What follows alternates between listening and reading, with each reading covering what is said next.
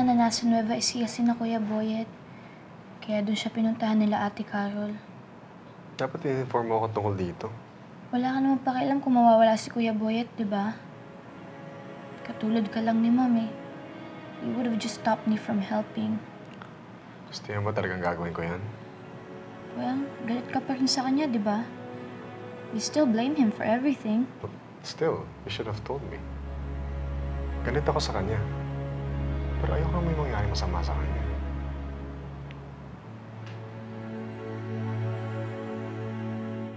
Boyet, you don't have to worry about them. Lola, pagaling ka na po ah.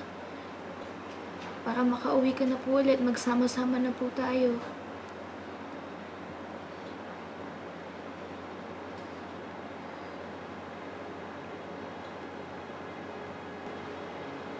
Nag-i-improve ba si Mama?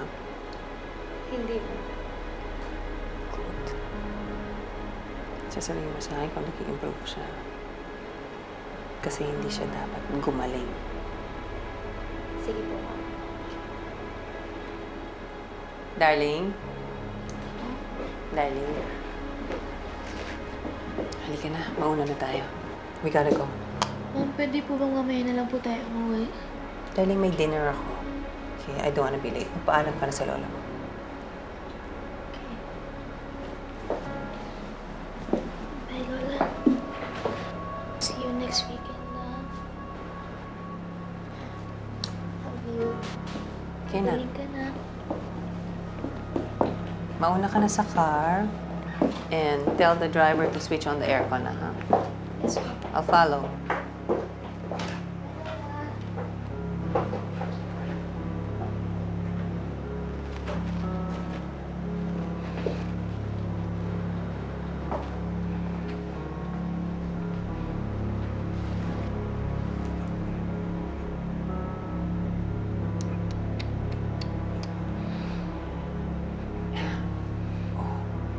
Parang enjoy na enjoy kayo dito, Mama.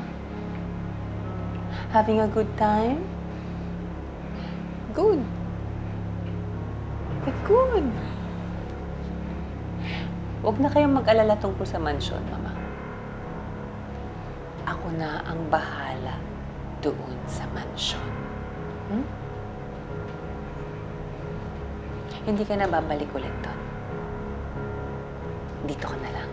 Enjoy ka naman eh, di ba, Mama? Enjoy ka eh.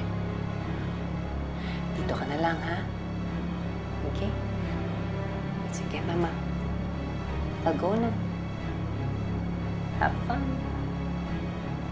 Bye, Mama.